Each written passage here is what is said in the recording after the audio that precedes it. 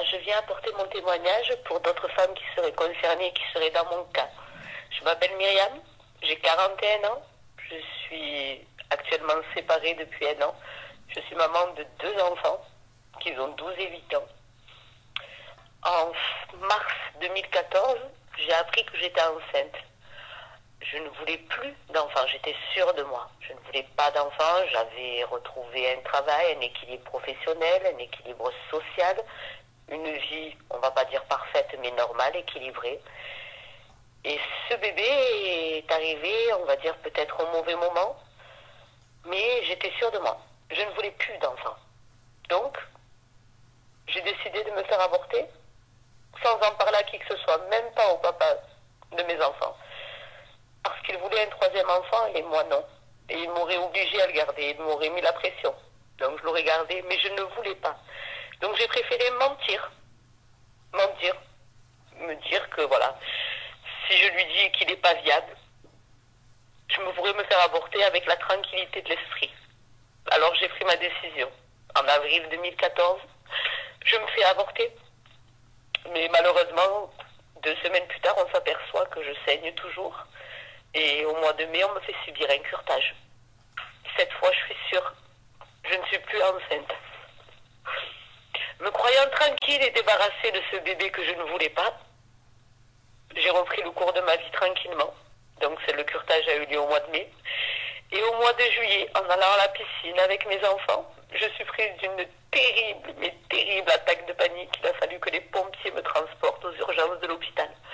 Donc depuis juillet 2014, jusqu'à ce jour où je vous laisse mon message, pour pouvoir aider d'autres femmes qui sont ou qui vont être dans mon cas, qu'elles puissent réfléchir avant l'acte, que depuis ce jour, les crises d'angoisse et les attaques de panique ne m'ont pas laissé de répit. Je n'ai jamais eu de soucis de cet ordre-là, mais depuis cet avortement, j'ai plus jamais retrouvé la paix. Oui, je vois. Oui, je comprends, Myriam. Ce que je vois, Myriam, c'est que très dur tout cela. Ce qui est important que vous notiez aussi, Myriam, c'est ce que vous me disiez tout à l'heure, c'est que avant cette IVG, vous étiez une femme qui était bien. Oui, avant mon IVG, j'étais une femme dynamique, qui était investie dans l'école de ses enfants. J'étais parent d'élèves, secrétaire dans une école, qui puisait. Une femme équilibrée, pleine d'énergie, toujours de bonne humeur, avec le sourire. Et depuis cet avortement, ben c'est simple. Je ne me reconnais plus. Je suis comme morte. Voilà.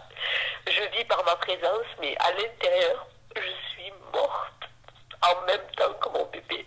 Oui, je comprends. Oui, je vois, Myriam. C'est très dur. Et par contre, alors, ce que je pense qui est important que vous disiez, Myriam, je me permets d'insister là-dessus, c'est de dire que personne, et ça c'est important, personne autour de vous, même pas votre psychologue, et particulièrement votre psychologue, parce que vous êtes suivi, vous allez le dire maintenant, personne ne fait le lien entre votre avortement et cet état actuellement dramatique dans lequel vous êtes, de mal-être profond, vous ne vous reconnaissez plus avec ces attaques de panique, ces angoisses profondes, et c'est cela qui est important, je pense, que vous soulignez. D'accord. Oui, après mon avortement, j'ai décidé d'en parler donc au papa, lui dire la vérité, espérer un pardon de sa part, certes, il me l'a accordé, mais ça n'a pas suffi à m'apaiser. J'ai parlé à ma famille, à mes parents, à mes sœurs. Je leur ai raconté qu'avant ça, elles me connaissaient, elles savaient comment j'étais. J'étais quelqu'un de très bien, sans aucun souci. Je ne savais même pas ce que c'était qu'une angoisse, une attaque de panique. Mais elles me disent que non. Vu que c'était un acte réfléchi et voulu, personne ne me croit. Mon entourage ne me croit pas. J'ai décidé, donc, je me suis fait avorter et un curetage au mois de mai. Depuis le mois d'août 2014, je suis suivie par un psychologue qui ne me croit pas non plus, qui me dit que mon état ne vient pas de mon avortement. Il me dit que comme c'était un acte réfléchi et voulu, que les attaques de panique ne peuvent en aucun cas venir de mon avortement. Mais j'y crois pas. Avant cet avortement, j'étais bien. 2 mois plus tard, ça a été l'hécatombe. C'est la descente aux enfers. Mon psychologue ne me croit pas, mais moi je le sais. Avant ça, je n'ai jamais eu aucun souci. Et je vous assure que c'est le seul lien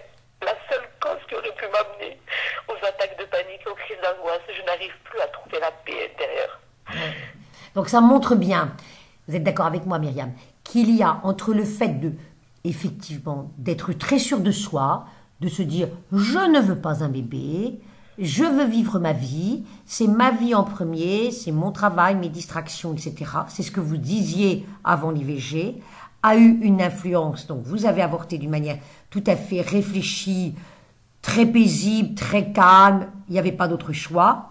De fait, après cette IVG, vous vous êtes écroulé.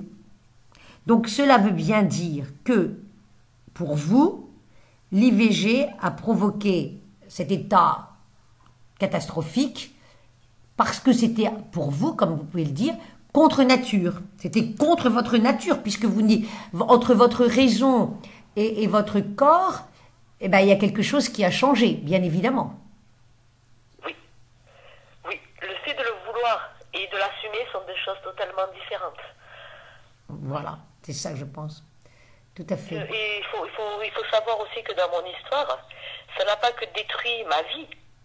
Ça ne m'a pas mis que dans un état de panique et d'angoisse et de stress permanent. Ça a détruit mon couple. Depuis, je suis séparée du papa de mes enfants.